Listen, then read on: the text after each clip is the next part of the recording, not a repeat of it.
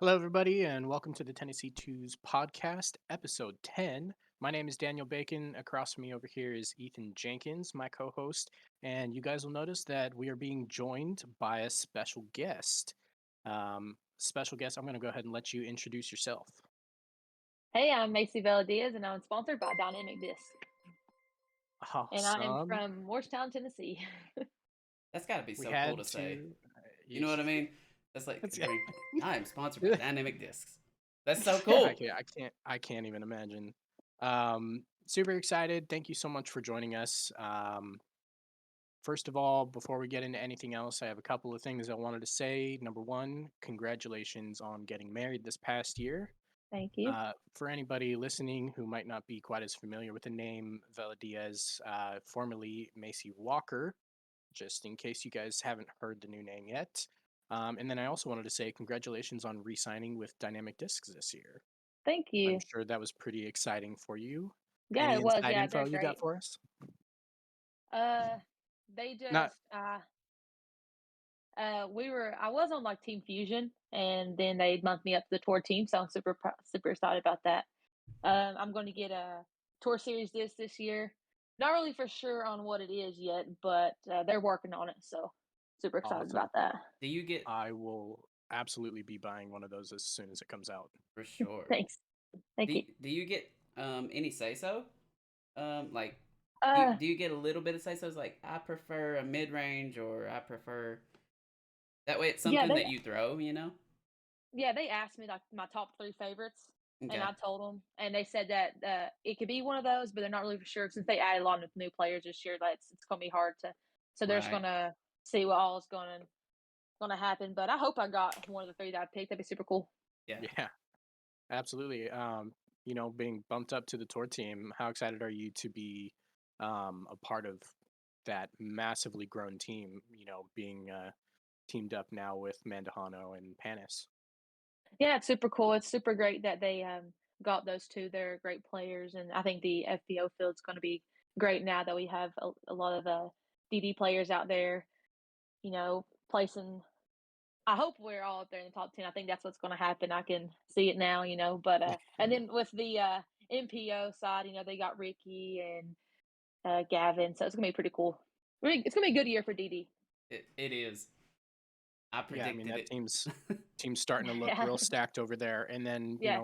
across the pond over there as well, you've got Linus bringing in the Euro team with Latitude. Pretty excited to see that, and then Matty O hitting the West Side team, Yeah. and Yeah, that it's was going to be pretty great. cool. So you guys, I mean, your team is looking absolutely awesome this year. Let's go into a little bit of the schedule you're looking at this year. I have the Instagram post originally posted pulled up. Is there anything that's not in that post that you are planning on playing? I think there's some A tiers. Like I think I'm playing the Lexington Open, which Okay, I don't know if I posted that on there. Um, and then I'm also playing Myrtle Beach Open, which I don't know if I put that on there either. absolutely. Um, I remember hearing a little bit about the Myrtle Beach Open last year. Um, was it? I don't remember who won it. Katrina won it last year. Well, Deanne Carey and Katrina tied, and they went Okay, to a playoff. and then Katrina I'm not, ended and up then winning. Chris I think won for the MPO. Okay, Yeah, that sounds But they sounds actually had correct. a 3-way tie for first, and they like had a playoff, which is pretty cool. anytime That's really cool. I enjoy seeing a playoff all Yeah. Oh, all it the was so time. fun. The suspense, Yeah, you know. definitely. All right. So we'll go ahead and just recap what the tour looks like for you this year. You've got listed Waco, Music City, Champions Cup, Jonesboro, DDO, Tennessee State Championships, which I'm excited for. I'm sad that Yep. we missed out on getting on that one. It literally filled up 5 hours after I looked at it, and I was Oh, like, "Oh, I really? got to yeah, oh, I got to message Ethan and make sure we get into this." And then by the time I messaged him, it was already 20 people deep in our division on the Yeah, wait it's list. crazy. That was Crazy. rough. And then you will be at the Preserves, WDGC, Idlewild, Great Lakes Open, Ledgestone, the Des Moines Challenge, Worlds, MVP Open, the Lake Marshall Challenge, and then obviously some of those A tiers as well. Yeah. What are you most excited for this year out of that list? I'm really excited for Waco. I'm on third in the wait list, so I'm really hoping I get in. Right. Um, it's like it was probably one of my favorites, just because like I've heard great things about the course, and watching on Right. coverage, it looks like it'll suit my game really well. And never been to Texas, so I feel like that'd be pretty cool. But yeah, and then I'm also excited to go back to Jonesboro because I got fourth last year. It's my first time on feature or lead card. So, but I'm also second on the wait list on that one too. So I'm hoping I get into those. But yeah, Yeah, I would hopefully. say you probably could get in. I think they will. yeah, I'm Hopefully. hoping I Yeah. get in. Yeah, I'd say as long as you stay on that top 5 there, you should have a really yeah, good chance Mhm. of getting in. yeah. I'm like second Um, in Jonesboro, so I'm pretty sure I'll get in now. Yeah. yeah, that one's One of the questions I have is like, have you ever been to Emporia, where Dynamic is? Yeah, yeah. I went last year. I played in Dynamic Disc Open last year, and I got third. That was my Woo! first podium since. Yeah, it was great. It was awesome. And then there, the Emporia is great. Like the community's so great, and they had the block party, which is so fun after the rounds, and it's Right. great. I'm really excited to go back there just for that, just I was mostly for the the block party. I was wondering. I was like, it's got to be nice being a Dynamic sponsored player going to Emporia. You know what I mean? Like Oh, it's that's great. it's just Yeah, like everybody there is probably a Dynamic fan. Um, so they just welcome you with open arms. They're like, yeah, and yes. we just got back from there. I think a couple of weeks ago. Me and Oh yeah. Jamie and Zach Mellon. Yeah, we went up there, and it's nice. They got the new warehouse. We got to tour it, and it's pretty cool. ooh, That's awesome. yeah, that's great. Um, yeah, and then I think it's gonna be your first time. Let's see, so it'll be your first time at Waco, correct? Yes. Champions Cup is obviously new. Have you played WR Jackson before? No. Okay, that'll be exciting. It's a great course out there for Yeah, I'm excited 'cause sure. I haven't played a lot of them. Like, I think last year I played, like, maybe 4 or 5 big events, Right. maybe. I Yeah, don't know. And you did yeah, you well, got so you're like, Yeah, no, maybe like, I I'm can. really excited to go. He's like, I can do this. You Yeah. know, yeah, and where is USWDGC this year? I can't remember. it was in California I last year, right? I Yeah, think it's California. I'm not for sure off the top of my head, but I know it's not super far. I wasn't gonna go to any of, like, the ones in California or Right. that far away, but, I don't That think was it's gonna that far away from us. that's gonna be next year, right? You're gonna hit the West Yeah. Coast swing. Yeah, definitely next year. Cool. Yeah. So I one of the things I had noticed actually was that on your Instagram you had actually gotten out and played the LVC courses, but obviously notably off the list. Is that just not making it out that far west, or couldn't Yeah, we couldn't went get up in? there for Jamie's family. They Okay. live up there, and we just played some of the courses. But yeah, I'm not going just because it's kind of far, and we just came back from there, and I'm Right. about to. I'm going on tour, and we're going to be gone a lot. And I was like, I'm gonna leave this time to hang out with family before we kick off the stuff. So, but Absolutely. I'd definitely say next it. year. I'd say it is a pretty big commitment. You're like, Yeah, there's a lot of nerves, but I'd say I feel like I would be so excited, the nervousness would almost be gone. yeah. I think I'm more like when I go to step up to a tee, like the whole one, I get so nervous. I think it's not because I'm nervous. I think I'm so excited to play. Right. It just feels like nerves. Yeah. Yeah, absolutely. If you had to, pick from that list, um, one of those tournaments that you think that you are primed to win specifically, what did you think it would be? I think it'd be Jonesboro because last year, the round one, I think I shot like 7 down, but I think that was the easiest round of my life. Like I didn't even think I was playing good. Jamie was on the bag and he wasn't saying anything. And we go to the on hole 18, and then you could see like the camera crew coming up to me Oh like as yeah. I'm finishing 18. I'm like, Jamie, like what are they doing? He's like, oh, you're winning right now. I'm like, no way. He's like, yeah. And so like I think that's one that I can definitely win at because I can birdie a lot of the holes there. Mm-hmm. Yep, But absolutely. yeah. But Um, And then that also World, I'm really excited about Worlds because it's in Emporia, and I did really well yes, right. last year there, so I'm That's really excited about it. that's what I was gonna get to earlier, and Mhm. I kind of just strayed. But I was like, because World's there, but it's supposedly like a different course altogether, Yeah, right? they're making it a yeah, we were there. We actually were like the last doubles event they ran on like Jones East and Mm-hmm. Jones West because they're changing it to like the extreme course. Right. So it's gonna be like Yeah. a mixture of the holes but longer. So I'm really excited about that. I can't wait to go back up there. Get out there and We're start probably gonna crushing. yeah, I'm excited about it. Absolutely.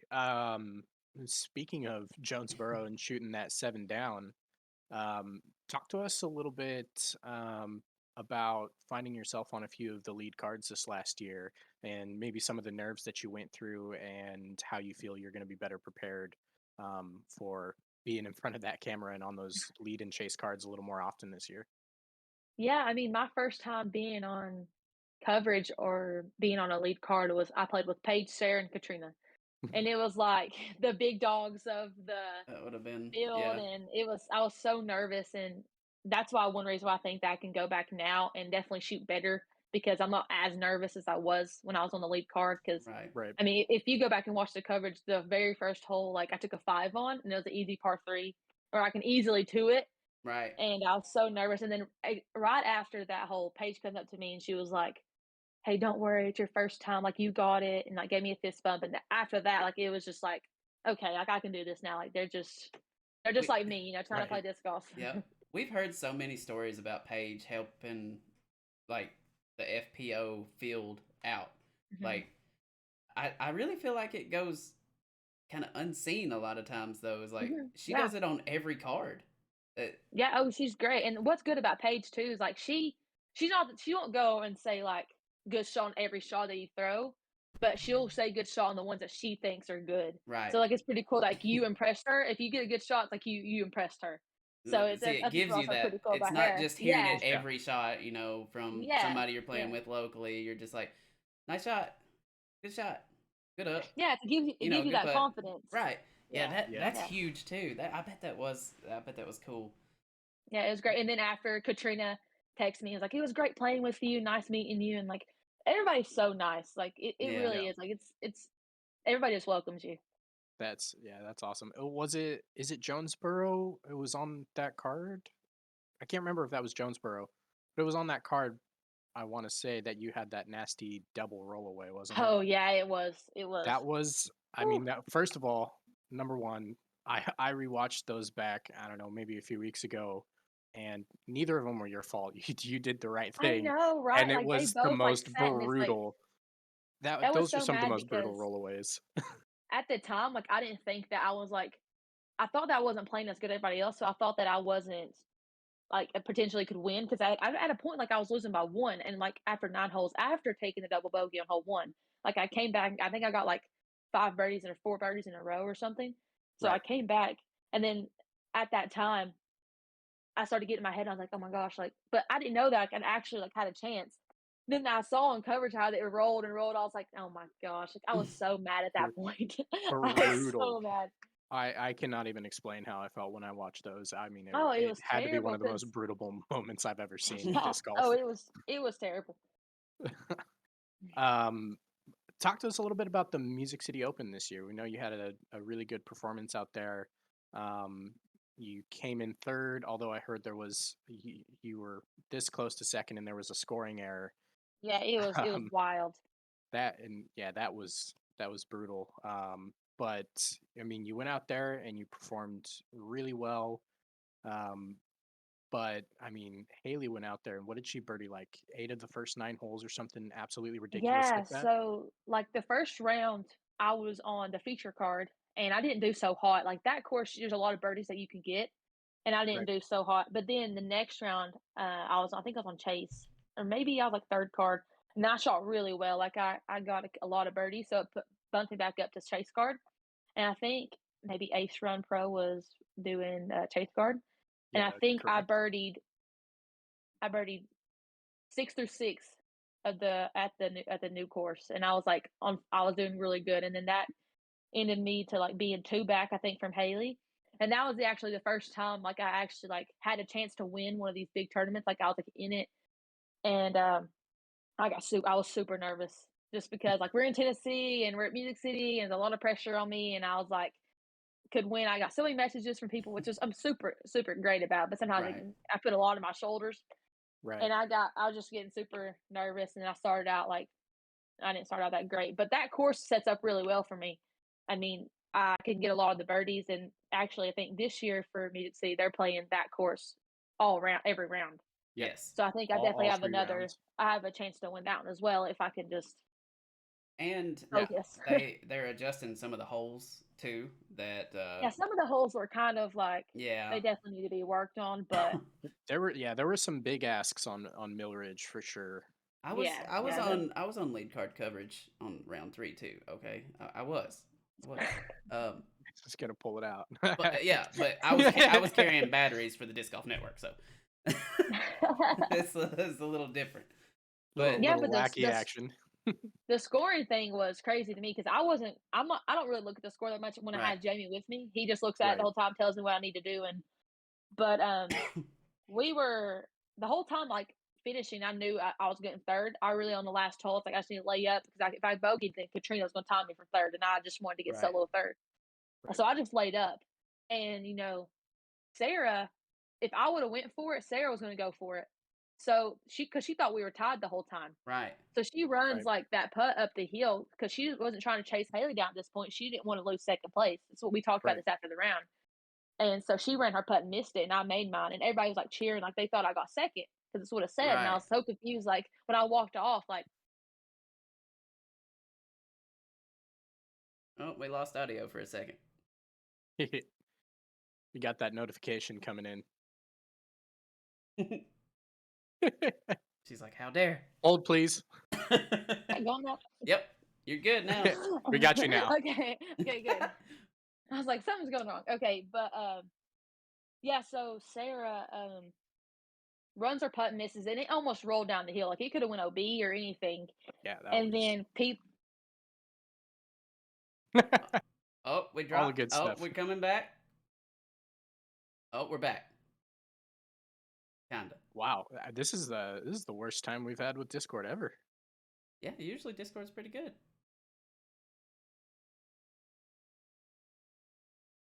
Please hold for technical difficulties. Yep. We'll get it back as soon as we Very can. We shortly. promise.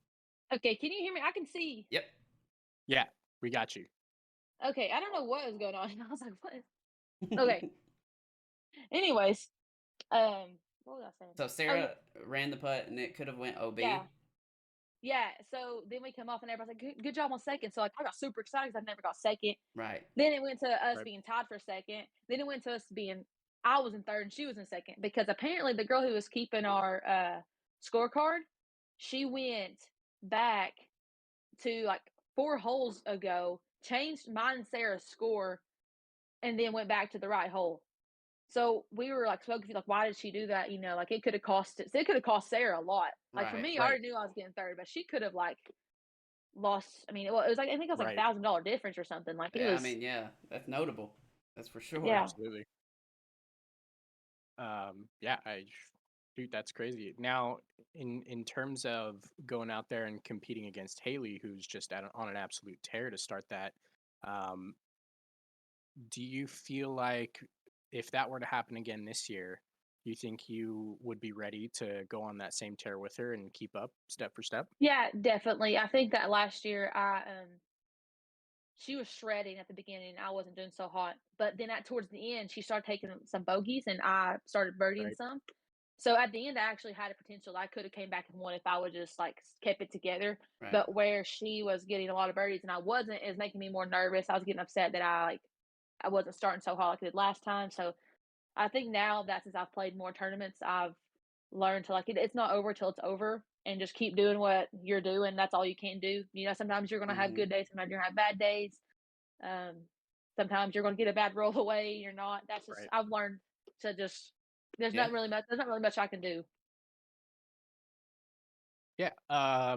We got a quick question in chat for you. Jesse in chat's wondering, what would you say is your favorite disc in your bag right now? And least favorite of, if any. Okay. My favorite. I think it's my Justice. Right. I forehand it almost every upshot. If I'm not forehanding that, then I'm forehanding my harp. So I think those two are probably my favorite. Um, Yeah. Least favorite? I don't know if I have a least favorite. Yeah, I would say if it's in your bag, it's probably one of Yeah, the I mean favorites. But there's some discs that like I'm not good at throwing because I don't have like the touch that I need, but I need to work on it. Right. right, So I don't know if that counts, but yeah, I don't think I really have a least favorite. I really like all the ones that I have. yeah. What is uh?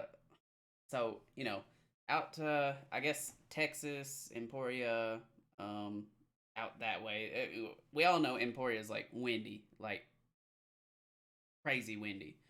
What is gonna be your go-to distance driver for like those windy shots? I mean, I know it's gonna probably change between tail and head, but I like for like headwind shots the enforcers really well. They're just really Right. stable. Loosen enforcers because I have a fusion enforcer who it's not that stable. Like right. if a strong headwind's coming, it's still gonna flip, but the loosen enforcers will definitely hold the line. And then for tailwinds, I have this like beat in sheriff that I Hmm. can throw, and I really like it a lot. Is the Nice. sheriff out of production right now, or do they just not have any? I don't still think they had any. They've like been selling a Right. lot of stuff now, so they just like don't have anything. Because Right. I was wondering like back when I started, sheriffs were right were like really popular. A lot of Hmm. people had sheriffs, and now you don't really see very many people with them. And the people that I knew that did throw them, they're like, it got beat in, and I didn't have anything to replace it with. So Yeah, that's kind of how it's been for me. I like them a lot. And I used to throw them a bunch for like hyzer flip shots, and I used to hmm only hyzer flip. And now I've started to like throw big 80s. right, I Right. throw Raiders now instead of sheriffs. But I have the sheriffs for like a backup and more flippier hyzer flip disc. right. So Right. I've never thrown a Um, raider, but I haven't they're either. nice. yeah, Yeah, I like them a lot. I heard they are really nice. I just haven't threw Yeah. one yet. Yeah.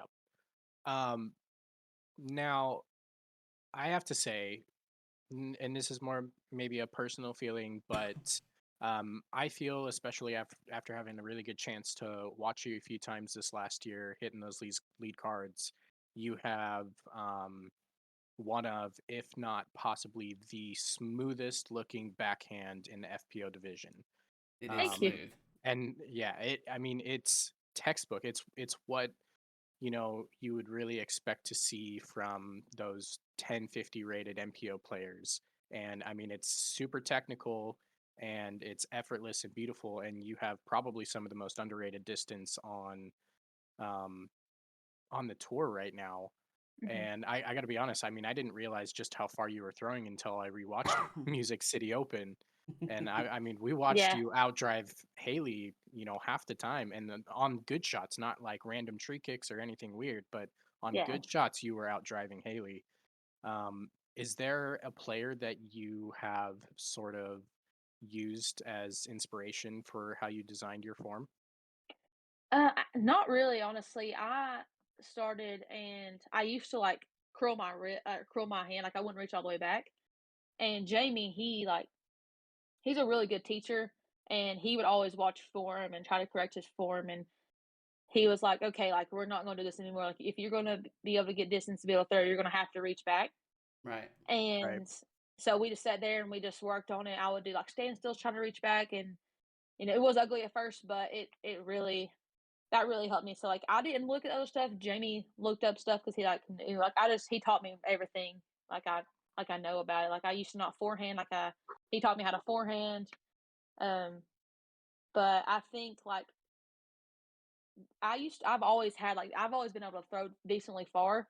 But I think it's because right, where I played softball, like I was able to like use my hips because where I batted, right. you use your right. hips. So I think that's one of the reasons too why I can throw far. But thank you for saying my form looks good. Thank you. Yeah, absolutely.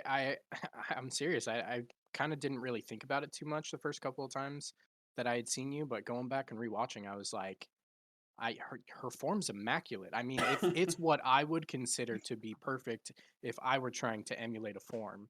and it's especially uncommon for the FPO side to see those types of forms because of the attempt to generate more power, kind of messes with your form a little bit, and sometimes you either pick up weird habits or bad habits. How's it going, Jamie?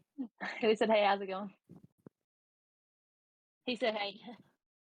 All right, so we have another question from chat. Kim says or asks, "What is your favorite tournament you've ever played?" Ooh, that's So it doesn't really have to be, Could be Pro placing Tour, could well. be a C Tour. yeah. It could just C be the tier, not tour. best event or best experience you've ever had as I well. think it's the Dynamic Disc Open, just because I really like the courses. But then coming out, like everybody, people were coming up to me for the first time and like asked me to sign their disc. And then at the block party, like everybody's like, I don't know. I think it was the first time that people started recognizing me, so I thought that was like Right. pretty cool. And then people like, Right.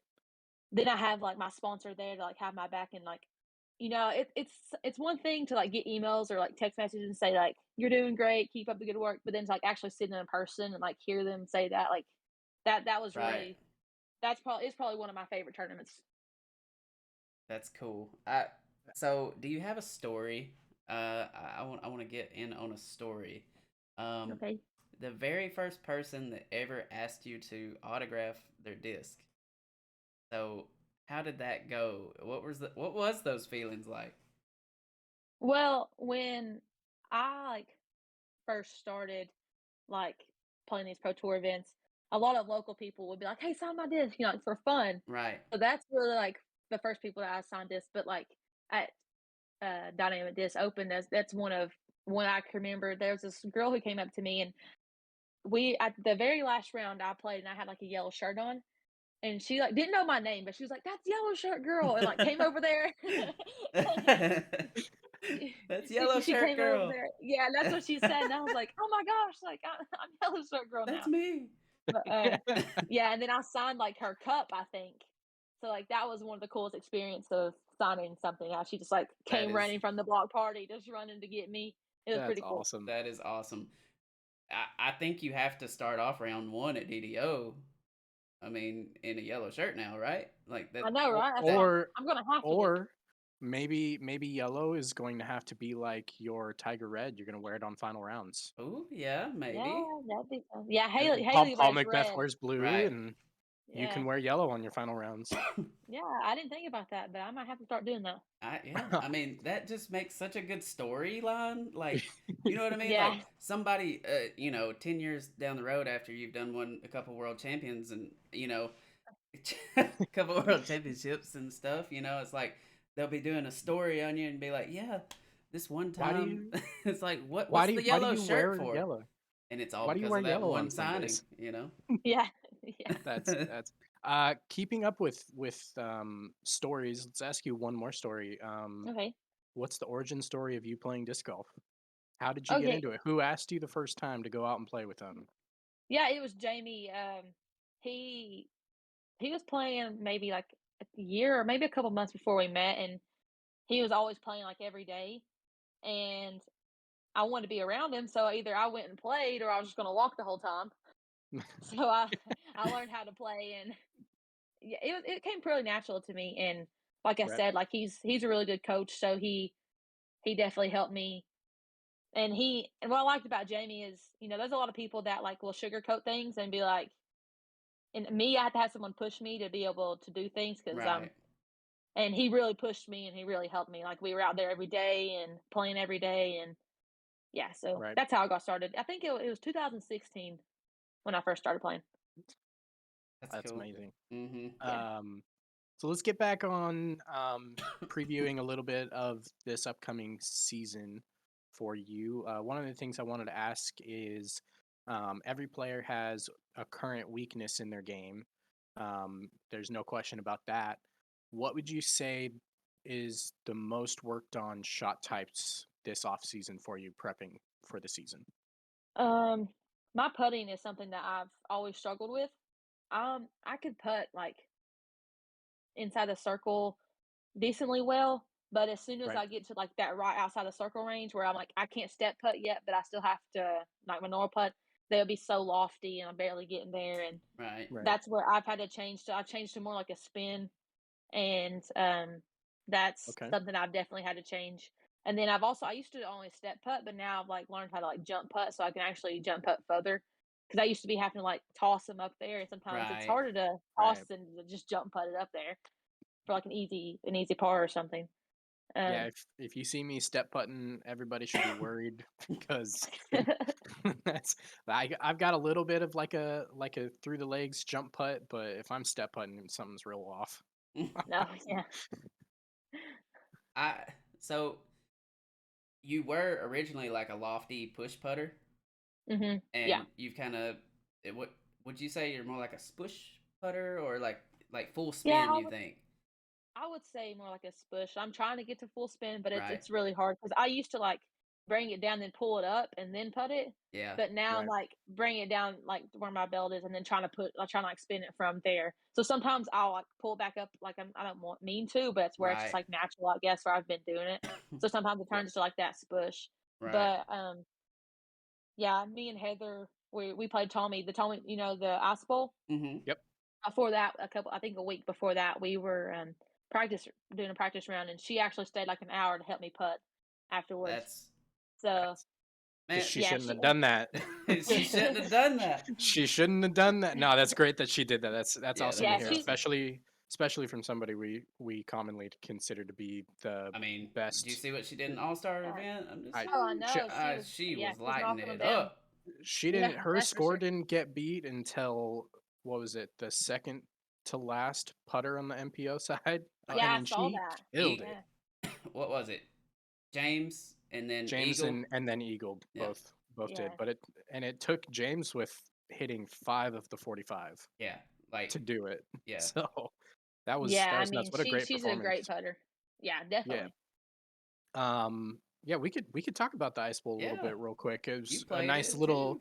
a nice little battle out there. I was out there. I was on Tommy first round, and how were the conditions at Victor Ash that first Oh, round? it was horrible. In Morristown when we left, Jamie went outside. He's like, "How cold?" It's like, "Oh, it's not that bad. Just put a bunch of layers on." There was no snow in Morristown either. So when we drove Mhm. up there, there was ice on the roads. There was snow everywhere. We were so confused. We didn't wear waterproof shoes. Oh no. Yeah, and then we get there and the tee pads were just ice. Most of them were just slick, Yep. and it was one of the I'm not gonna say like worst experiences because I had so much fun with the people in my car. Right. Right. So like it was fun. It was different, Yeah. but It yeah, and it was presented hard to. I, its own challenges. The course, It was not definitely only so the hard to lines. score there. Yeah. Yeah, yeah. Yeah. I I mean, mean, and Victor is such a deep course. Even the shortest layout that they only have 4 holes that are under 300 feet, mhm. and 2 of those 4 that are under 300 feet have 5-foot ceilings. Yeah. So it's a difficult place to go out and score. I got the lucky side. I got to play it the second time. All the tee pads were all nice and Oh dry yeah. and clean. But I was out at Tommy for the first round, and I slipped without even like a full run up or soft steps. I even went standstill a couple times. I slipped on 8 out of the 18 tee pads, That's and crazy, because especially with that wood on the end of the tee pads. yeah, it was a rough round for me because I ended up having to disc up, which I never do. I always try to disc down when possible, and I was Yeah. disking up to try to hit lines that I would normally throw, a mid range or something, because I couldn't run up. Yeah. And the it's hard at Tommy too because you can't throw off the side of the tee pad on pretty much any of them. They're all up Oh and yeah, there's on a all raised roots platform. and Yeah, Mm-hmm. yeah. terrible. Yeah. Yeah, I got to be honest. When it came down, so you finished Victor Ash. You were 1 stroke behind, if I Yeah. remember correctly. And we got out to Victor Ash. I had such a bad round at Tommy that by the second round, I was watching your card more than I was watching mine. Oh yeah. Yeah, he was Tell us, messaging me about it too. He was It like, was yeah. yeah, he's like, I we've got it was was a us a battle crazy going round. on.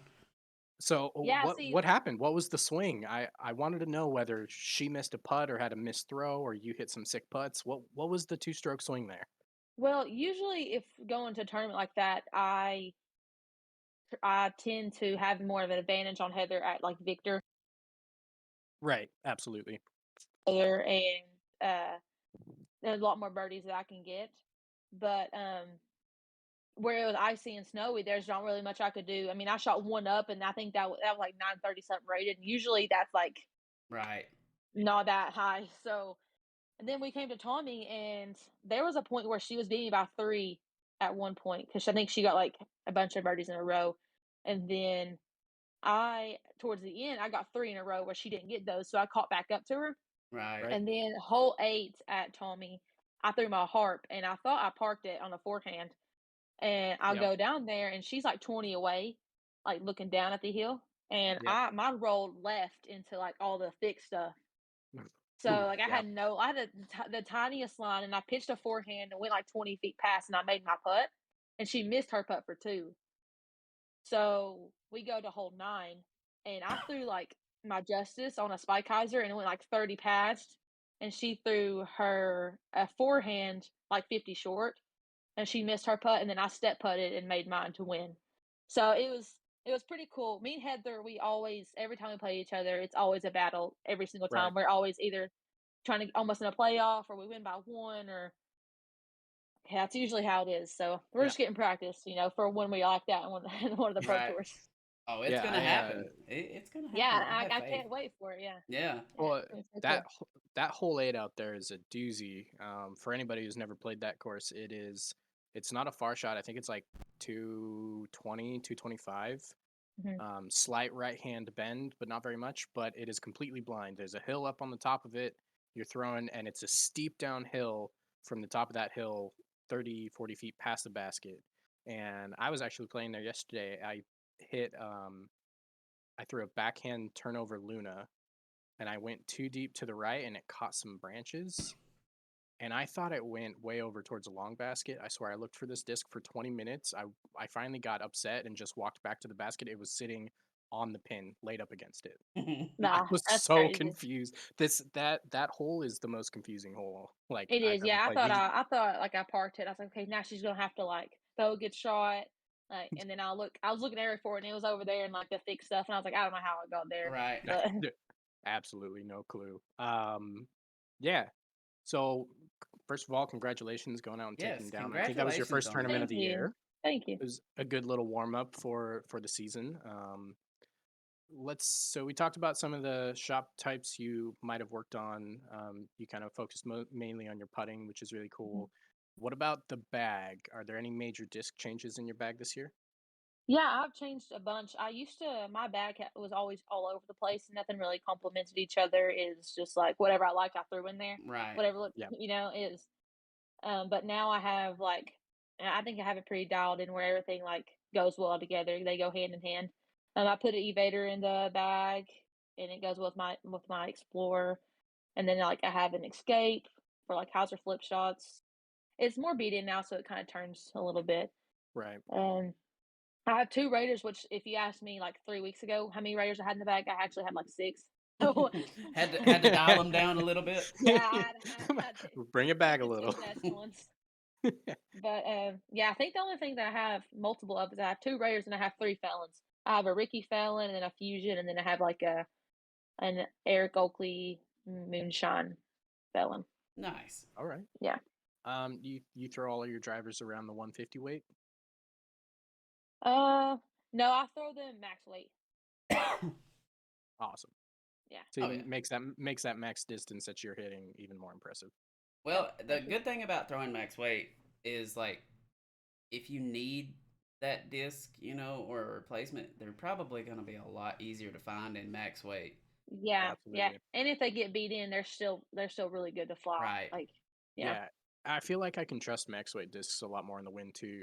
Mhm. I went out there. Definitely. I have a Blizzard Boss in my bag that is just I think it's like a 146, and Yeah. it's a water disc. It has one purpose in my bag, and it's just to be there in case I need to cross water. Because if I lose it, whatever. And I threw it today. It wasn't even that windy. It was like 7 mile an hour winds, and it just I could not have predicted anything that it actually did. It was Yeah. ridiculous. Ethan, you got any more questions? Oh yeah. I eh, I can come up with all Keep them kinds of coming. stuff to talk about. All right. So, you were born in Tennessee, right? Yes. All right. So Morristown, I'm assuming, like the Yeah. eastern side. So Yeah. when did I guess let's see here.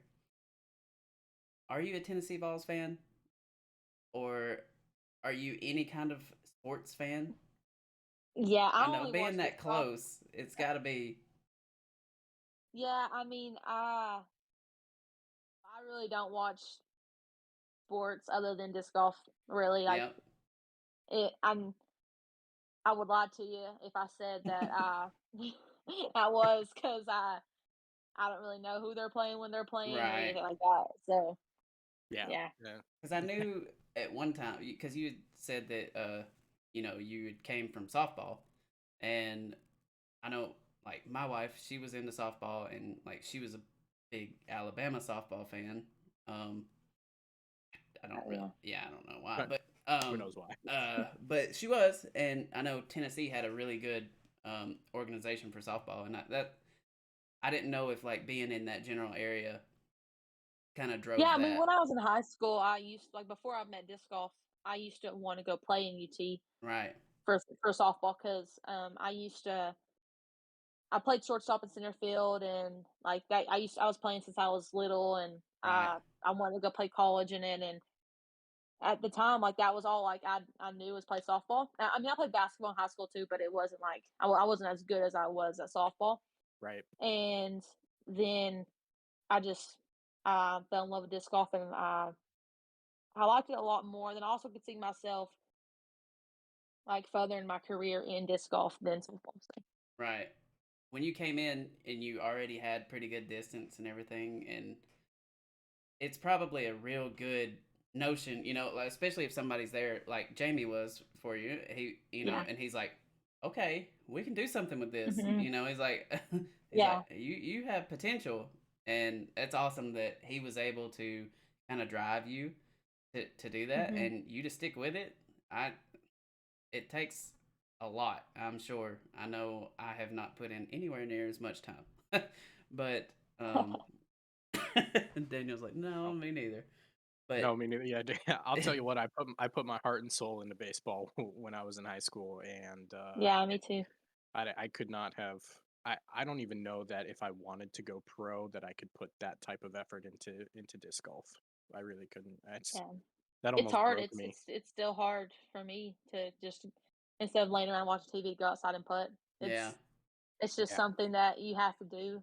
yeah, And now that I'm like, I was working, and I'm not working anymore. Like I'm just like focusing on the playing tour. and stuff and practicing in the tour. But like when I was working from like 8 to like 3, and then going to play, and I just got to a point where I just didn't want to play that much Yeah, and anymore. getting burnt out a little. Yeah. And yeah, so I'm really happy that like since I've stopped working, like I've been so excited to go out, ready to play, and it's been great. That's awesome. I'm glad that it was the work that was burning you out and not so much the disc golf. Like, Yeah, you know what I yeah, Yeah. mean? Because you yeah, kind of took a 50-50 there, really.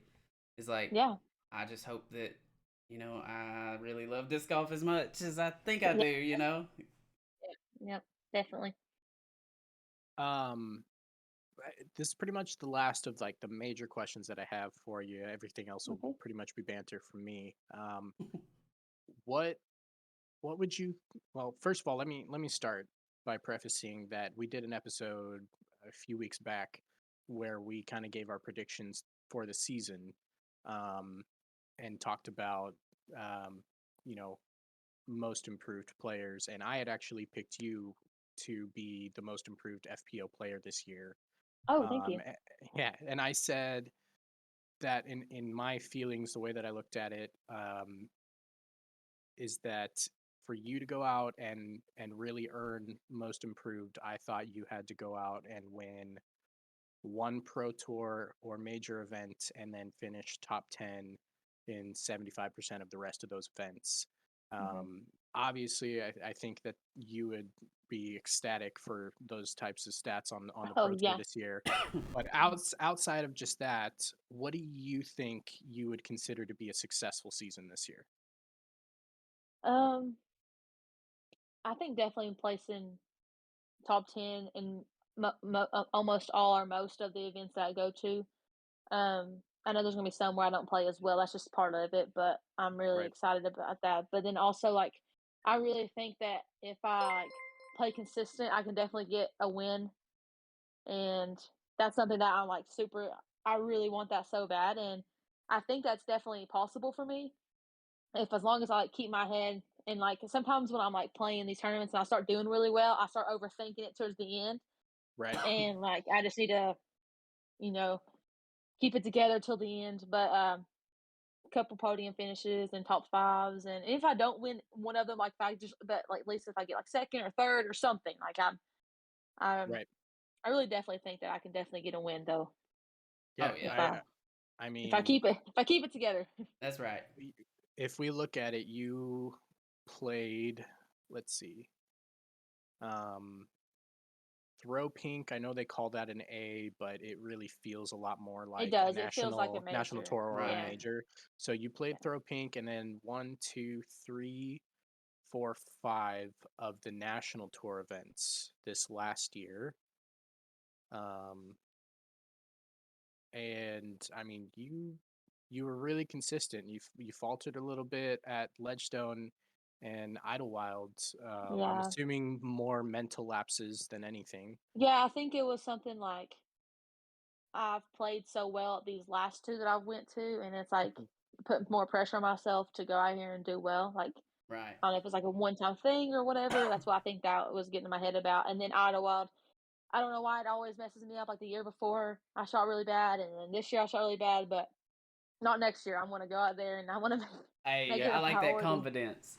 absolutely. And so, where I was going with that is if we look at that outside of those two, so that was a 19th and a 23rd place finish.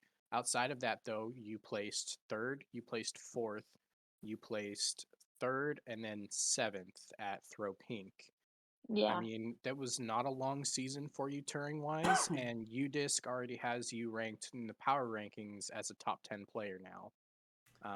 Does that That's scare you or does that more fuel you? I think it just fuels me and motivates me to just keep going. And, confidence this will be my booster. first year. So this will be my first year on tour, so it's like I mean, I have, like, expectations, but I don't really have any because, uh, um, I I don't really know how it's gonna go. Like, I can go out here and say, like, "Oh, I got 3rd at this tournament," or "I got, like, top 5 or top 10," or "I'm top 10 now," but, I mean, I could go out there this year and just play terrible, or, like, you never Right. really know. I mean, Yeah. Right. but no, but I think that since I've like gained experience and I've learned like control, like I've learned what I'm good at is something that like last year I didn't really know.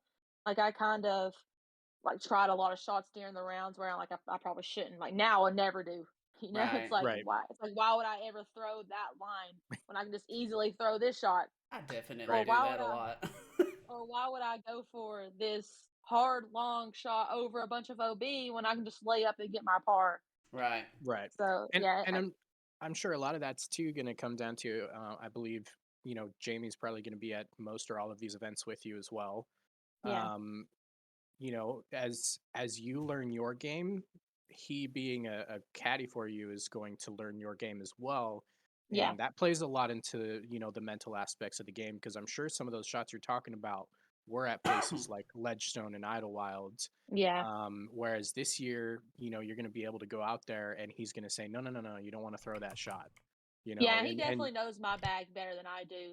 Still, like he's really good at telling me what to throw, and he has more confidence in me throwing these discs than I do, which is really good to have someone like Caddy for me, like has my back, and right, like he'll be like, just throw this like easy putter turnover shot, like you can do it, and I'm like, I don't know if I can do that or not. Like I'm not good at those. He's like, yes, you can. Just trust it. Just do it.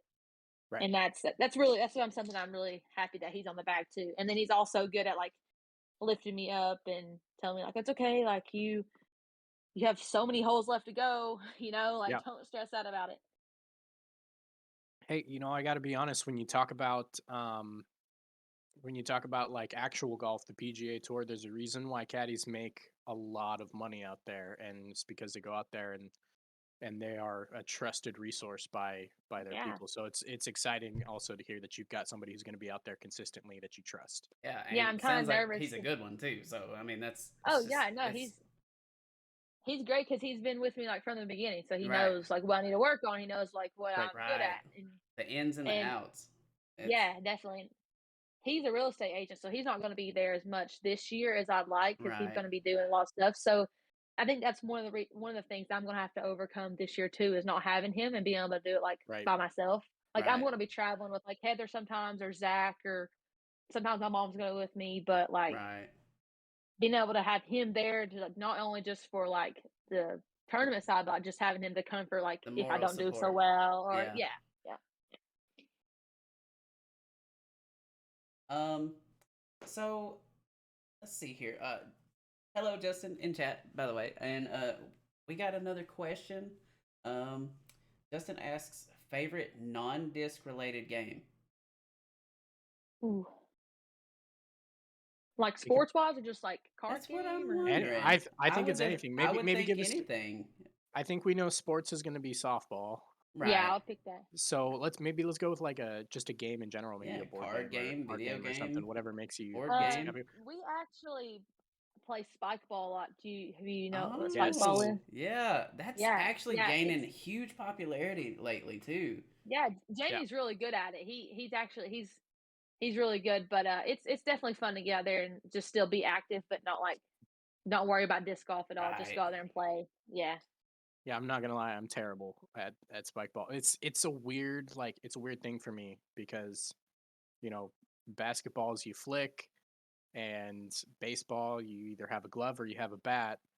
But there's never really been a sport that I've ever played as a kid where because I never played tetherball or anything like that. It never interested me. So to go out there and like slap a ball, there's a weird hand-eye coordination relationship that yeah. I have 0% of that type of hand-eye coordination. I don't know what it is. I got a It's funny still fun to story play. about tetherball. Oh. That brought back a memory. Um, I had no idea what tetherball even was. I'd never heard of this. I was in probably 4th grade, and they installed this pole, right? And it's got a chain on it. It didn't have a ball yet. It was just a chain hanging out there for kids, and it was like head height, you know? So everybody's out there just beating it on the pole and everything like that. Well, I get it, and I whip it around, and it comes back and smacks me in the forehead, just the chain end. uh, oof. I woke up thinking I was a Power Ranger. It's okay.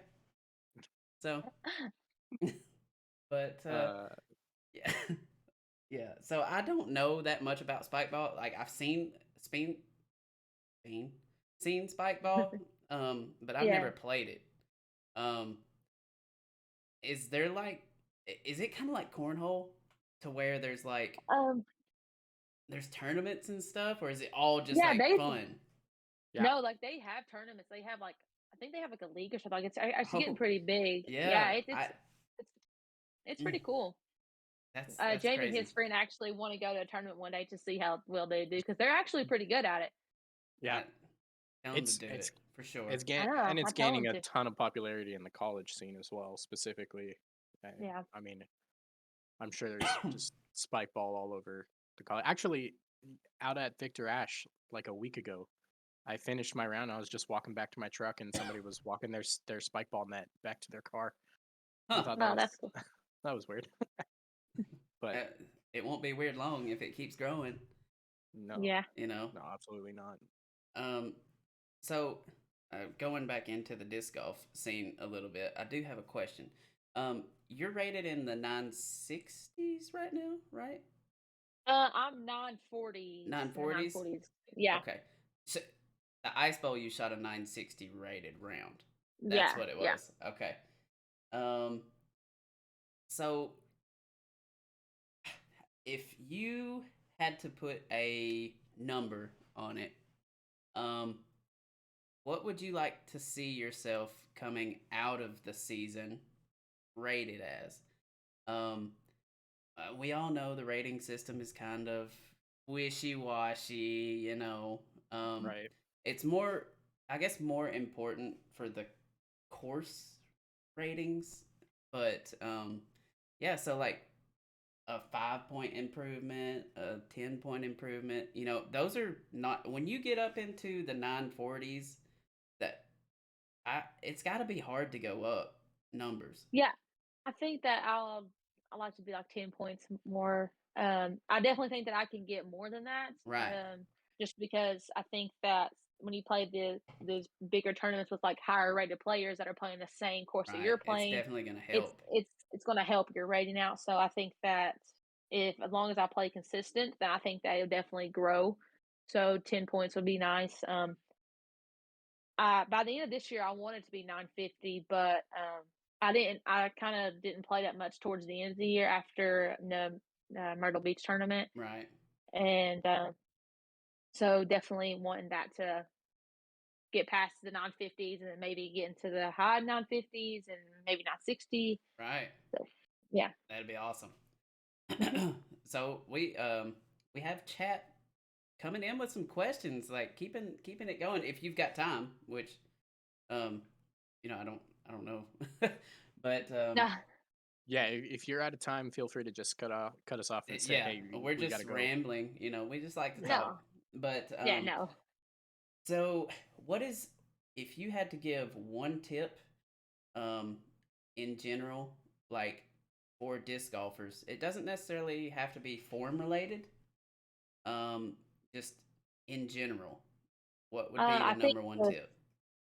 definitely take it slow because a lot of people like to come out and just like throw like what their friends are throwing or throw like see this person throwing like 500 feet and like oh I want to do that and Right, it's going to take you time to learn and especially start out throwing like slower discs like putters and then work your way to mids and then fairways then drivers because if you start with drivers you're not going to get any touch and I think that if you learn touch first everything else will just follow and that's one of my problems too. I just started throwing and it took me a while to learn how to throw touch like I still can't throw a backhand with a putter like soft like I just want to rip it as hard as right. I can and Right. it's like if you learn that first, then I think it's gonna be easier.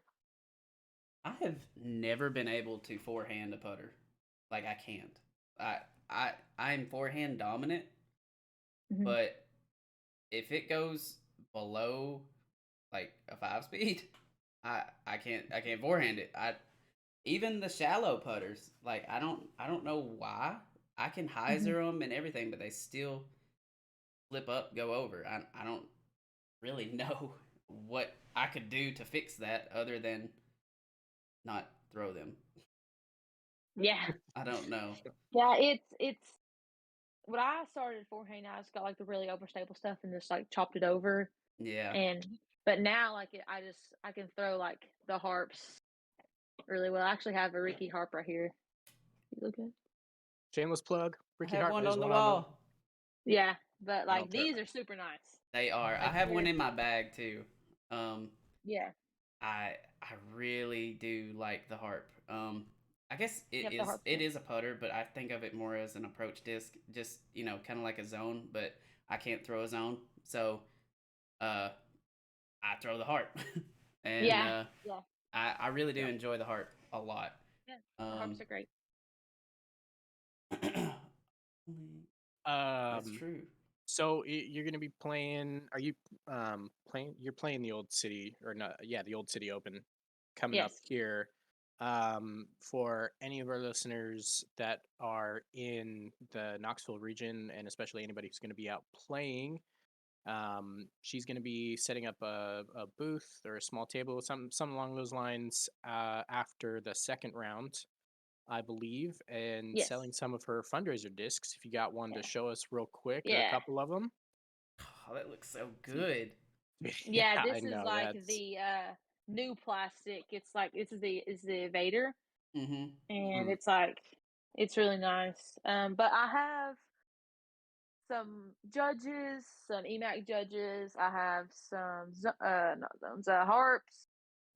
Oh my gosh, don't say zones. Yeah. No. The Don't danger worry, um we'll cut danger that out zone. so that DD doesn't yeah. hear.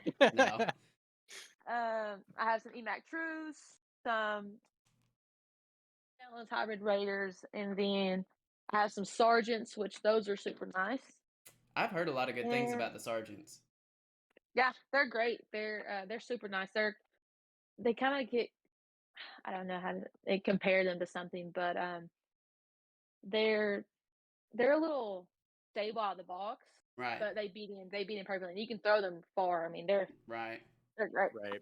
When I first got in to the sport, it was in 2018, and that was the year that Paige Firkus, or Shu now, won the world. So I automatically jumped on the bandwagon, and I was like, "This is my favorite FPO," Yeah. and she was throwing the sergeant a lot, and hmm I never I always said that I wanted to get one, and for some reason I still have never got one. So you Yeah, know they're what? great. Just save one of those Velediaz sergeants, Okay, and I for will. me, and I'm gonna get it. Yeah. I'm gonna I get think it. this is one. Oh, So Yeah, that sorry, one's it's sweet. one. sorry. You said that you might be down at Morningside tomorrow. Yeah, I think we're going to go down tomorrow. I don't know. My dog Raider has an appointment at 10 here in Morristown. So then we're probably going to head up after that. But yeah, we're going to be Okay. down there. Yeah, I'm actually totally forgot actually because Old City is this Saturday, right? Yes.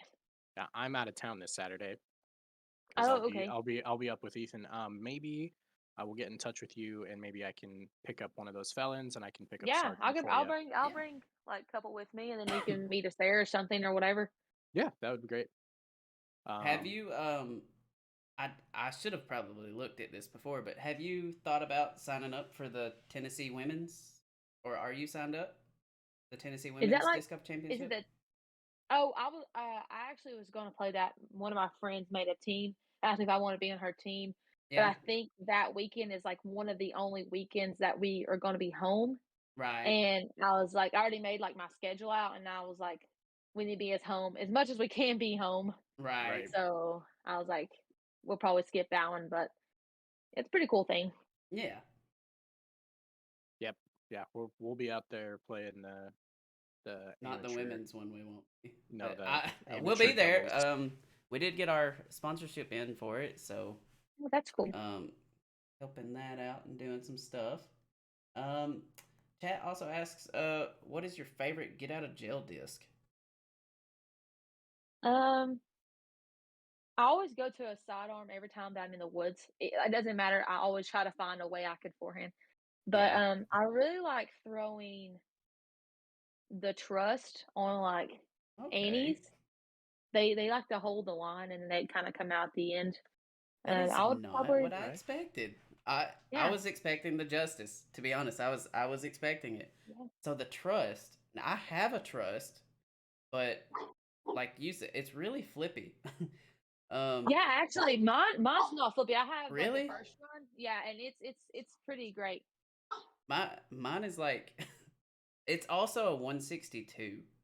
So Oh, okay. it's not. Yeah, it's very light. I don't know Yeah, why, but sorry to interrupt you, but oh, you're good. one of our friends came and he's actually coming to buy some disc, and I didn't know that Hey, he was coming right No, now. there you So that's go. I absolutely might have to get out here a little early, but That is no, that's perfectly totally fine. fine. We were just no, Um, rambling and doing some questions. no, thanks can for So, having you me. It's great. can you shamelessly plug your socials so that people can follow you? Yeah, I have Instagram. It's Macie with two underscores and then Marie afterwards. Follow me on there. And then me and Jamie have a YouTube channel, but we haven't posted in a long time. But it's like M&J Disc Golf, and we're going to start this year on tour. We're going to do some practice rounds and stuff like that. nice. So be on the Awesome. lookout for that. And then, just on Facebook. And then, yeah, other than that, that's about it. All right. Awesome. All I could say is we really appreciate the time. Thank you so much for coming on, talk to us, previewing the season for you. And I wish you the absolute best of luck out there this year. Really excited to see you absolutely kill it. Yep, Thank you, Niz. we will be rooting for you. Thanks. And it was great meeting you guys. But yeah, get in touch with me about those felons. Yeah, yeah. I'll send you a message later tonight. Figure out what time you guys are leaving Morristown tomorrow, and I'll Yeah. make sure I'm near the course at that time. Okay. Yeah. Sounds good. All Awesome. right. Thank you so Well, much. Macie, I, thank you so much for joining us. yep. Thank you. Bye. Bye. All right. What a good interview. That was superb. Cannot thank her enough for coming in and hanging out with us for a little while, answering everybody's questions. Yeah.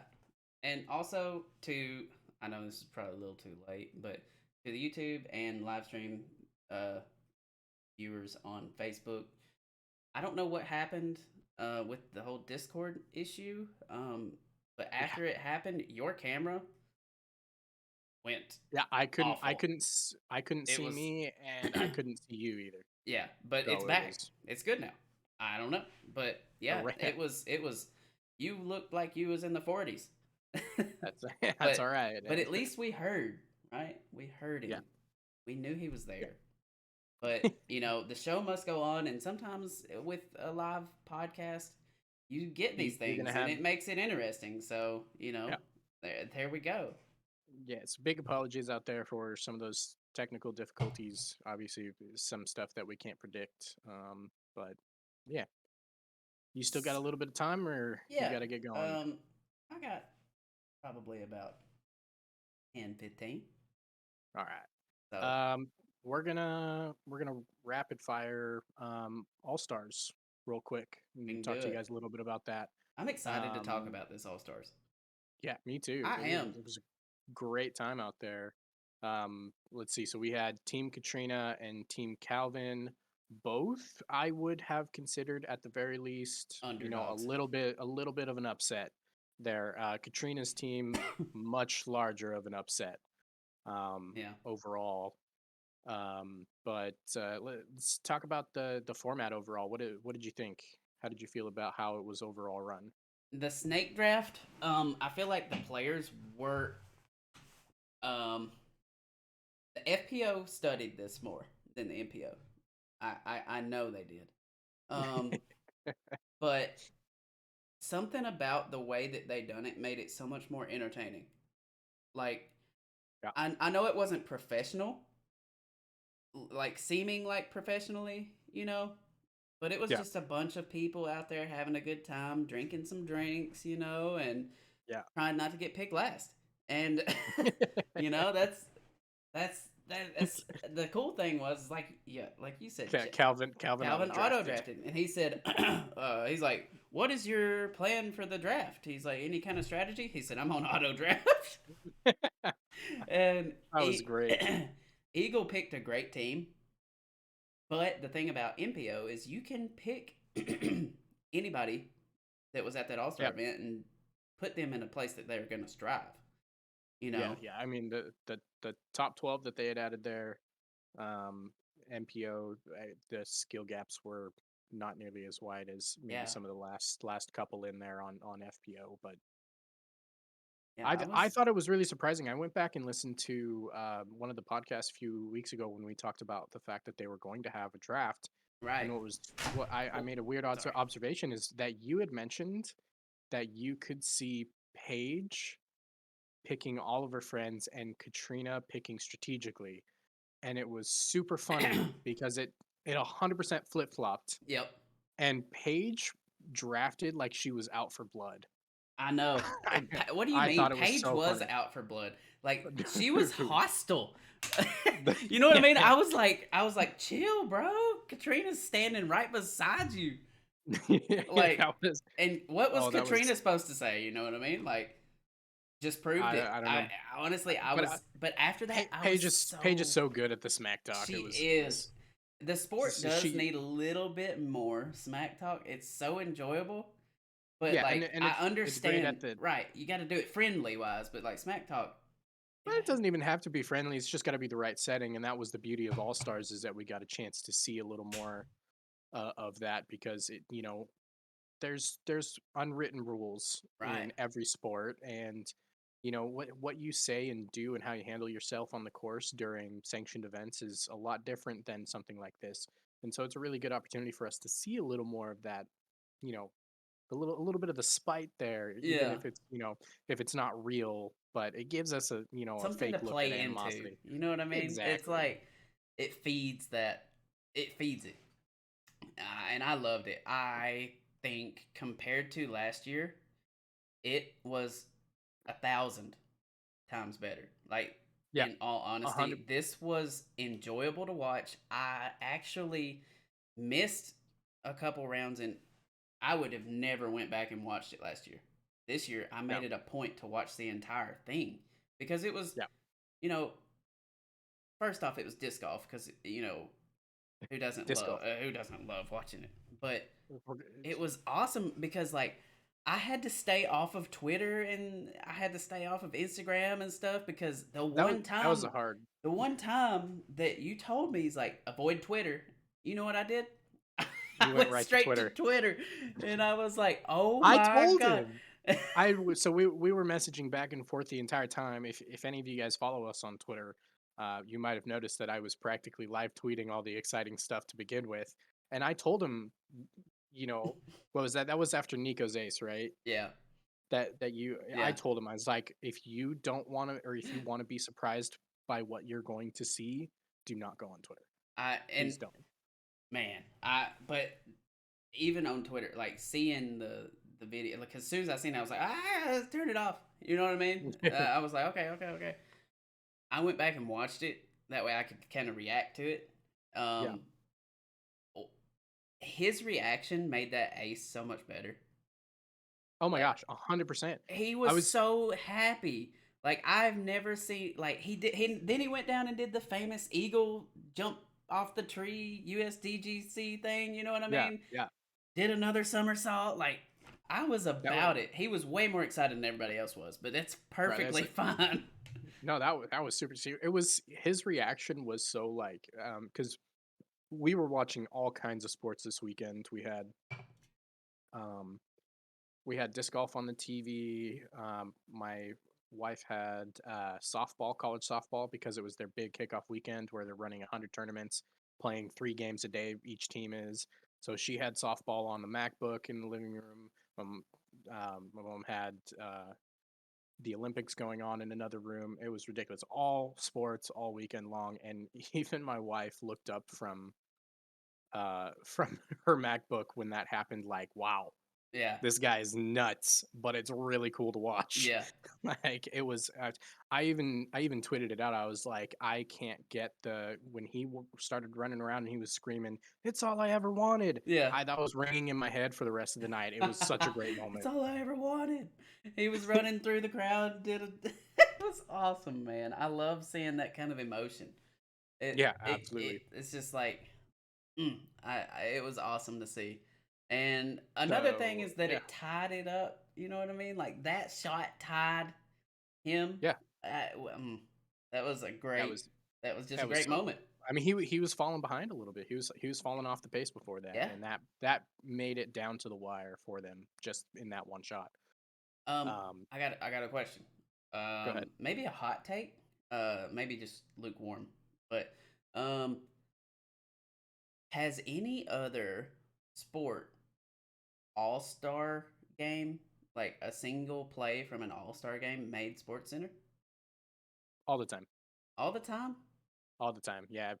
When the basketball All-Star game hits, I Yeah, have to basketball say, too. Yeah, but it's now in the middle here's of the here's season one too. thing. Yeah, so you've got the All-Star basketball game, somebody hits a sick dunk, Yeah, you you're might right. even see LeBron James on top 10 3 times just because they, Right. I won't say what I'm really thinking, but they kiss up to him pretty good on Sports Center. Um, but no, the one thing is that you're going to see those, but you guys have to remember that the college softball was going, the kickoff for all of the college softball weekend was going. The Super Bowl happened, and Nico's shot still made the top 10. That's the Sports Center top 10 that night. That is sick. Uh, You have the Super Bowl the same day, and Nico still made the top Sports 10. Center top 10 that same night. Yeah, that's That was ridiculous. incredible to get there on the. Yeah. Oh, yeah.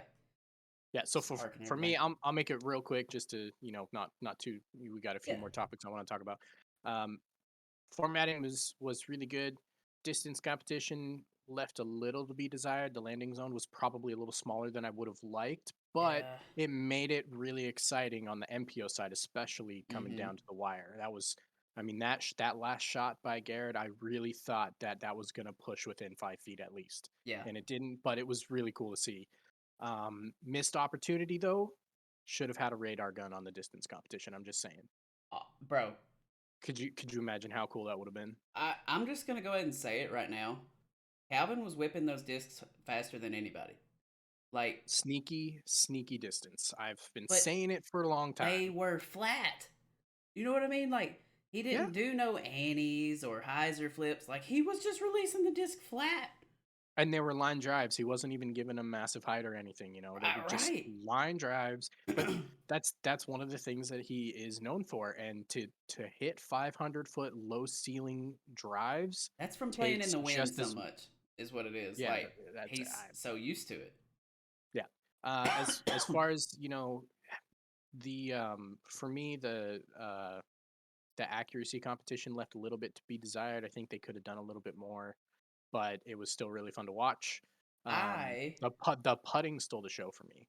I don't know what it like. Putting that's a hard thing, especially in that format, Yeah. to put you on the edge of your seat and be like, oh my god, what's gonna happen next?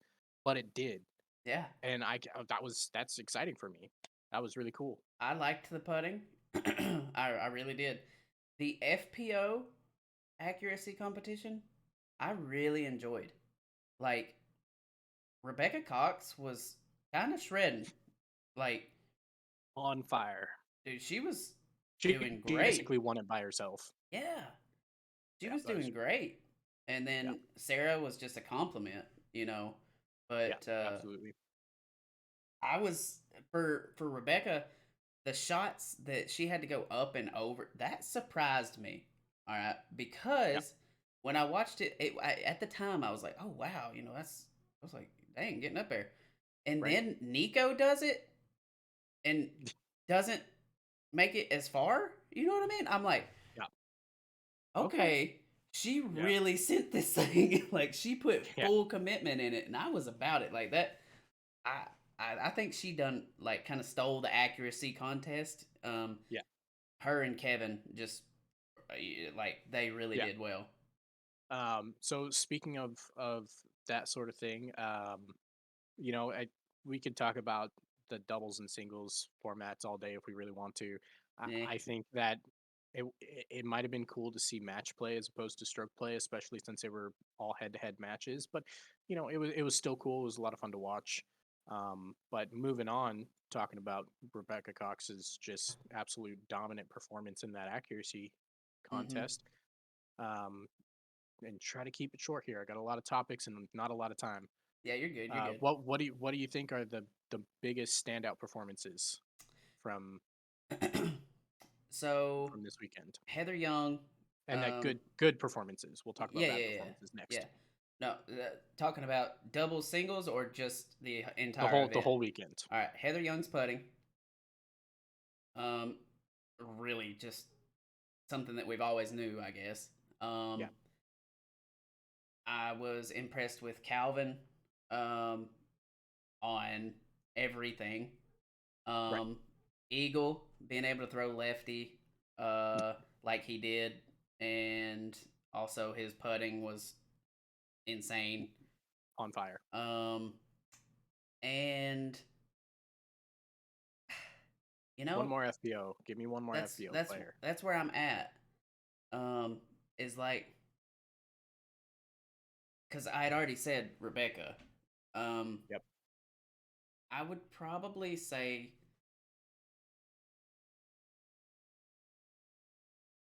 I didn't get to watch the singles FPO, but I watched the doubles. But nothing's really standing out to me in doubles. As far as like what I got to see. So I guess probably own her rapid fire putting. Yeah. That was Dude, that was electric so to fun to watch. watch. It was. She was just like 15 bam, putts bam, and bam, like bam. if you take out the time it took her to walk from one station to the next, she putted 15 times in under a minute. Yeah. Ridiculous. And And made drained most 14 of out them. of 15. 14 out of 15 putts drained. less than a minute total time to putt. Her attitude and composure is just awesome. Like she is so confident in everything she does, and it's awesome. Yeah. My standout performances. No, my standout performances are going to be Calvin Heinberg. We have mentioned it at least 100 times in our 10 episodes. Calvin underperformed last year. He needs to turn a corner. He looked fantastic. The distance to take down the longest distance throw in a distance competition when he's not really considered the max distance thrower that we think of, phenomenal. To go out there, I mean, he had like a freaking what 8 or 9 hole straight stretch on the singles round where he just absolutely just all birdies, just demolished. and absolutely ridiculous performance out there by him as well. And then my other MPO stand-up performance was Ezra. Ezra went out there and he scored a point for his team all 3 days. Not a half point, not a tie. He didn't lose anything. He scored a full point all 3 days. And I believe, if I remember correctly, Rebecca Cox did that as well. Did the same thing. Yep. So leading into that, I mean, and Ezra's single round, phenomenal. He dominated his matchup. So Rebecca Cox, and then I'm gonna go ahead and go with Katrina Allen. A standout performance from an FPO side. You're talking about somebody who I don't know how long she's been throwing this bag, but that's another thing that I didn't even put into consideration. She looked, a little uncomfortable in the doubles match, but came out of it, pretty decent overall. But she dominated in her singles match the next day. So stand-up performance. Let's go into the most worrisome performance we saw. Haley King. Hands down. I agree with that. What about on the MPO side?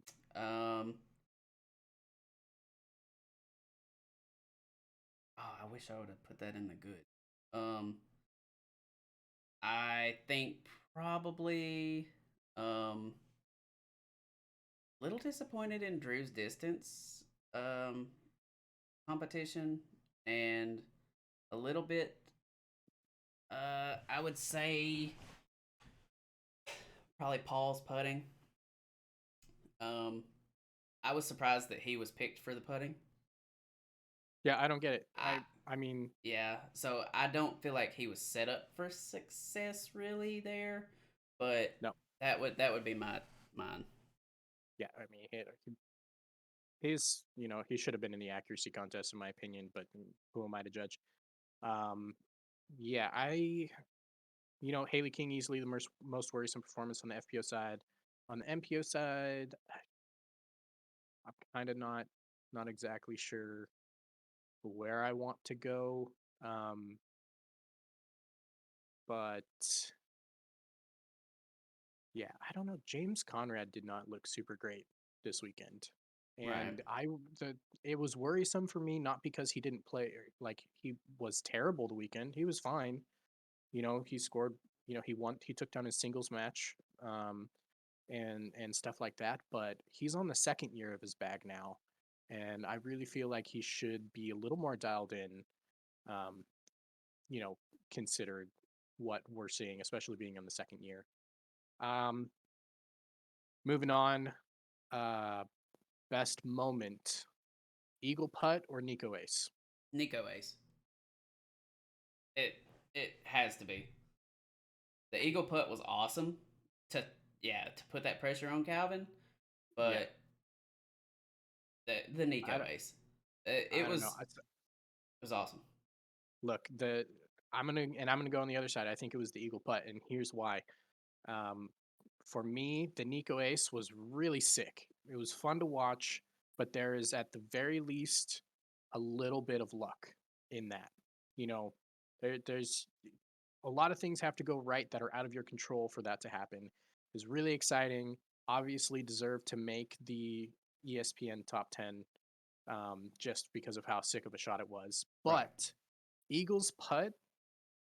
Oh, it was impressive. I mean, dude threw an air bounce hyzer from 86 feet. 90 feet, basically.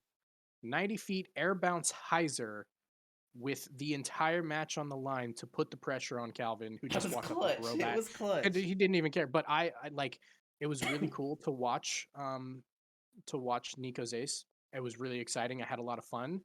I screamed out loud when Eagle hit that putt though. I Right. literally went, "Oh my god!" Like, so for me, that had to be it. It was that like that reaction that I had that was under that kind of pressure, absolutely ridiculous. Um, really quickly, players with new bags review how you feel it went for them. I'm gonna go first on this one real quick. I'm gonna rapid fire. Nico looked great. Um, Matteo looked so-so. He looks still a little uncomfortable, but he's not. I would say he's still ahead of the curve considering he's got a few weeks for Mhm. LVC. Um, there were a couple other, Madison you looked know, good. yeah. Um, Katrina looked uncomfortable in the second round, but she looked fantastic in the second round or in the singles round. So she looked really good.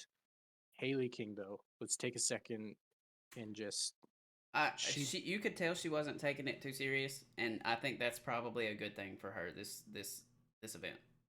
That's So true, but I have to say, it's not just. I don't think it was just that she wasn't taking it seriously enough. yeah, Um, she was getting good releases on throws that were not going where she wanted them to go.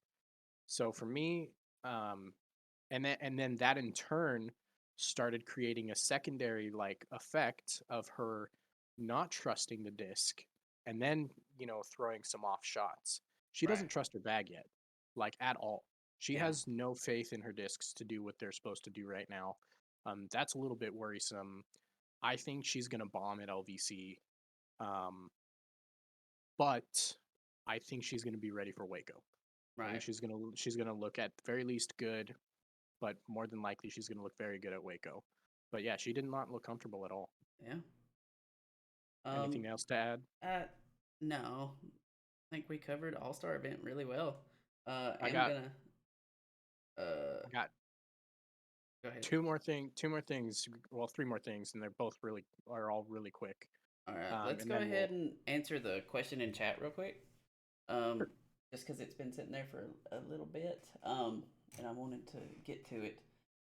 What do you think about having less open courses and more of the wooded technical courses? Are you indifferent? Yeah. So here's the thing: is the open side courses favor a smaller number of players than the technical wooded courses do. However, I still feel like we get a really good balance throughout the entire season of getting both of them out there. Mm-hmm. So I don't think we need to necessarily add more or take any away. But as we switch over in 2023 to not having um, any events doubled up at locations for the majors that rotate, like Worlds and the new Champions Cup, hopefully we'll get to see some more technical courses. I think on those replacements. I think a lot of the big thing would be is if there wasn't so many golf courses in a row at the beginning of the season. I wish there was a little bit more, back and forth, kind of keep players on their toes. I do wish that was a thing, but I don't think we need less. Um, I Yeah. think there's a good amount of both. That way, not one single person is striving all the time. And yeah, and I would like to point out that I think it's a little bit more balanced this year in terms of the swings and Yeah, I getting agree. open I do and agree. technical courses because obviously you go LVC and then Waco, Yep. LVC golf course, Waco technical. Yep. Um, Then but we get Emporia. a yeah, then we get a little more of this swing going on, and then I think Preserves a little bit earlier this year. Then you've got Music City Open is very early this year as a Silver Series. So there's a little more balance in terms of not just straight up golf course West Coast and then technical courses immediately Right. switching over. There's a little more in and out, and I do appreciate that coming up this year. Yep. I agree. All right. Go ahead and Uh, hit on what you was hitting on. yeah, three more things, and then we're gonna let this guy get out of here. He's got important plans. Um, the Eagle injury. Let's talk about it. You had talked about how you thought that you know we didn't see Eagle in the distance competition because he had announced he was going to be putting last week. Mm-hmm. And you had mentioned, maybe he's still injured.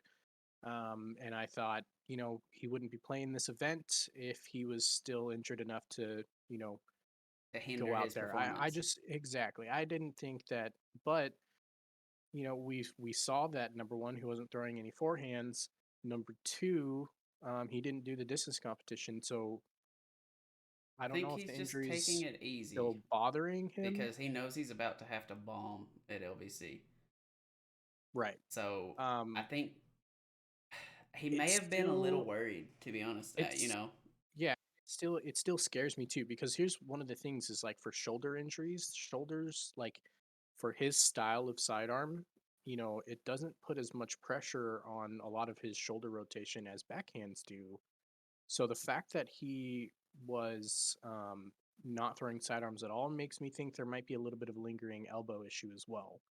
It's maybe. pure Yeah, speculation. maybe. And the only thing that really scares me is because we saw with Simon, when his elbow started hurting and he didn't take care of it, it ended up, fully sidelining him from throwing at all.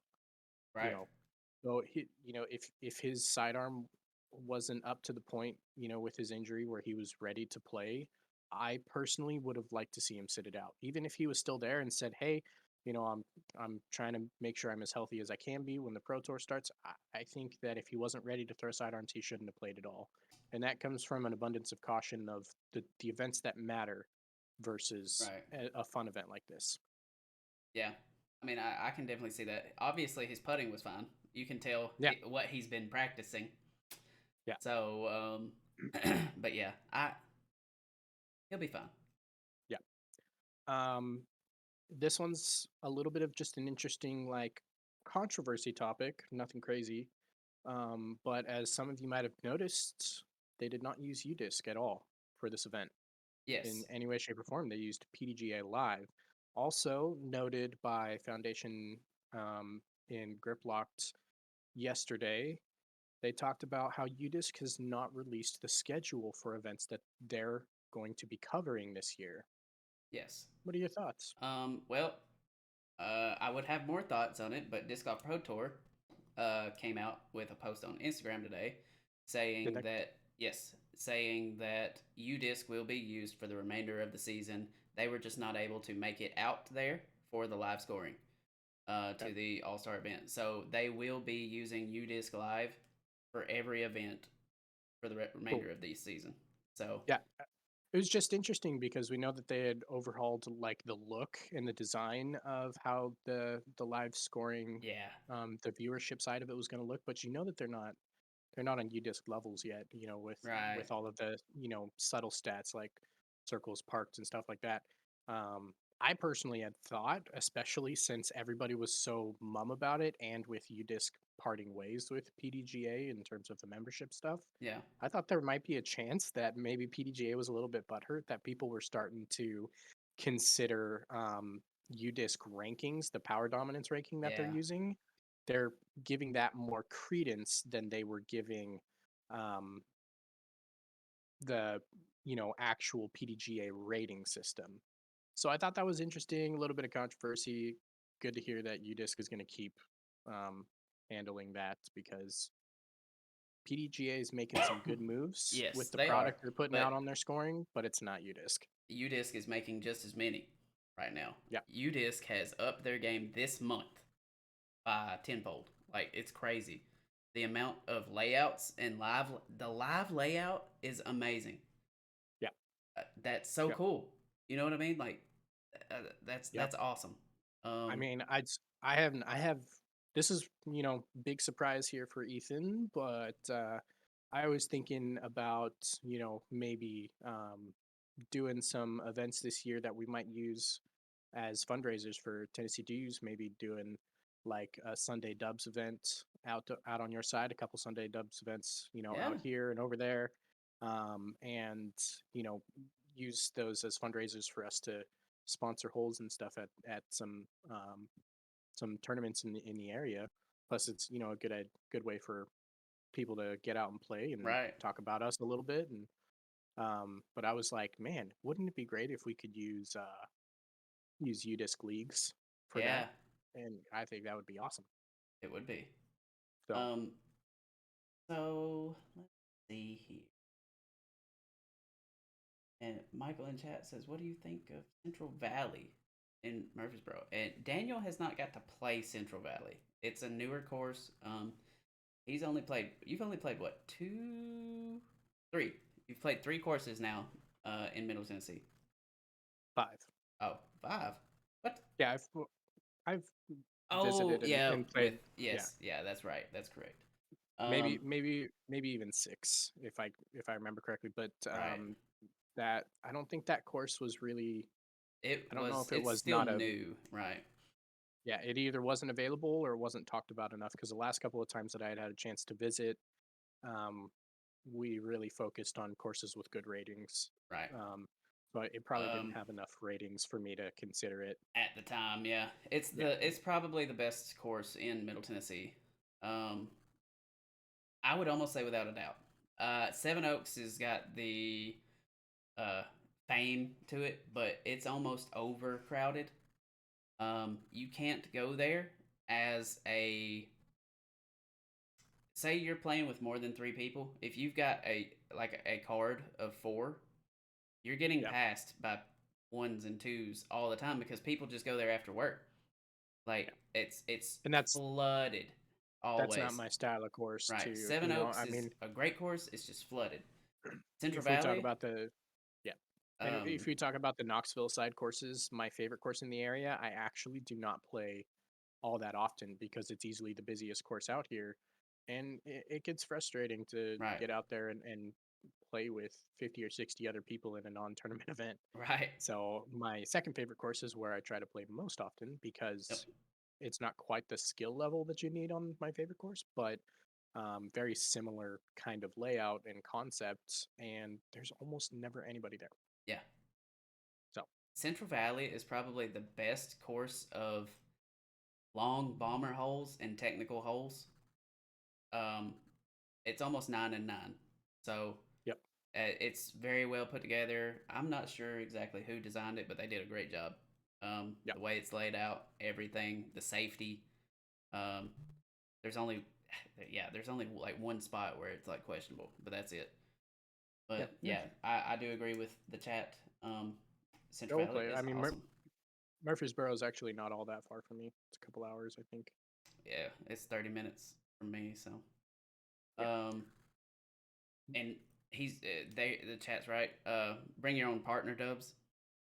they always sell. So that if we was to do something like that, definitely do. I don't think we would do random draw.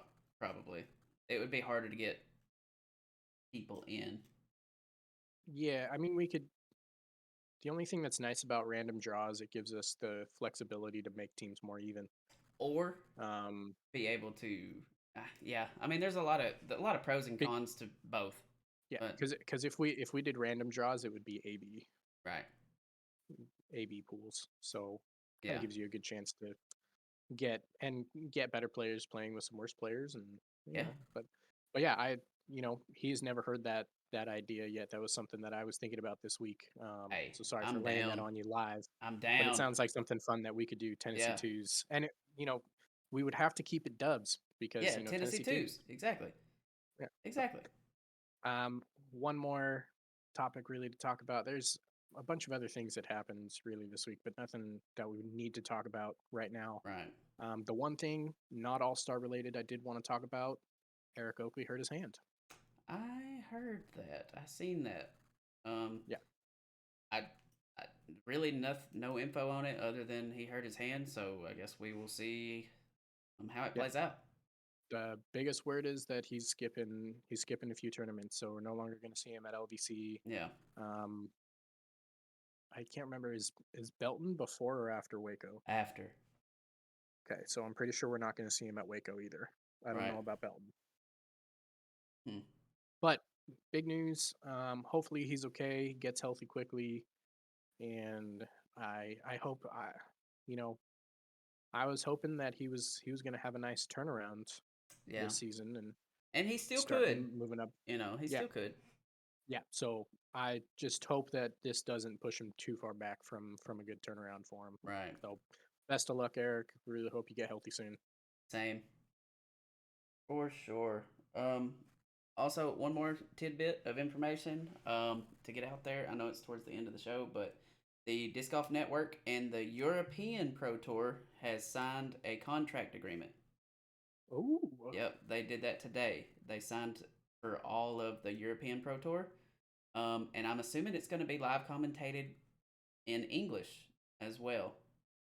So hope so. that will be really awesome. Just even more disc golf. So yeah, I assume that they're gonna have a whole crew over there and take care of that. Yeah, So we'll get to see a lot of that side too. Big moves. yeah, that'll be really cool. Yep. Um, do you have anything else? I'm good. We're gonna wrap I it think up. that's it for me. Yeah, just first of all, thank you guys. Really appreciate you coming in and hanging out. She's not here anymore, but again, a huge thank you for Macie coming on the show, talking to us. Really good conversation. Really excited to see where this season takes her. Um, look, I got to get my most improved out there. You know, Yeah. she's Yeah. gonna wreck it. And I got to be honest, you know, going back and rewatching like the Music City Open in Jonesboro since making that prediction, Made you I'm feel feeling even really better. good. Yeah. I'm feeling so good about it. Yeah. I don't remember the first time watching those, like realizing just how much distance she has. Yeah. I, th- you know, it's really hard to say, but I think she could, you know, after maybe another year's worth of work, really be pushing page distance. I yeah. That's how clean her form is, I know and her form is really good. it's effortless. That's the thing is she's going out there and out driving Haley at MCO like half the time with the most effortless motion I think that's on all of FPO. Yeah. Of So course. yeah, join us next week for sure. We're going to be previewing LVC. Yep. We're gonna go ahead and give a couple of like dark horse picks to win the tournament. I don't want to do, or maybe not win the tournament, but dark horse picks to play well and finish well. I don't want to do major player predictions throughout the year, but it'd definitely be fun to start seeing who would we least expect, but who we think might come out and just tear it up and get up towards the Right. top 10. A good Maybe top 10 maybe we finish. should do a little prize picks game. Something like that. Oh, yeah. Yeah, You so know, we might maybe we yeah, might prize picks, and see who gets an over and under. Doesn't even have yeah. to be for money if you don't want to be, but it would be And like a little fun thing. Maybe pick like our fantasy roster, and yeah, give us a ratings cap. yeah. And then the week after, um, I'm thinking maybe we kind of start doing a couple of little games. One of the things I was thinking about possibly doing was, especially since it's fresh in our minds from the most recent tournaments, doing some kind of like a who is this player stat and Oh, do it specifically from the last week. got you. So how they performed out on that actual tournament. I'll Right. pick a player. He'll pick a player. We'll have like five. I did this, and I did this, or maybe even three. I did this, and this at this tournament. Who am I? And see if we can't guess each other's players. I love it. That'd be a cool little game for us to play. So if that sounds cool to you guys, let us know. Yep, that sounds Other than good. that, All I right, think you can you go ahead and good? sign us off. Hey, all right, sounds good to me. Thank you guys for hanging out with us. Thank you so much to Macie. Thank you so much to all of our listeners on the podcast. The numbers have honestly been very, very surprising. I didn't think that we would have this many listens this soon, and we are 10 episodes in, which is a big milestone for us. And we honestly think that it's going great, and we hope that you do too. Any feedback is very much appreciated. Any rating on Apple, Spotify, whatever you may be able to do it on, that would Yep. be awesome. And we hope you guys have a great rest of your night and a great day tomorrow. This is us signing off. We'll see you later.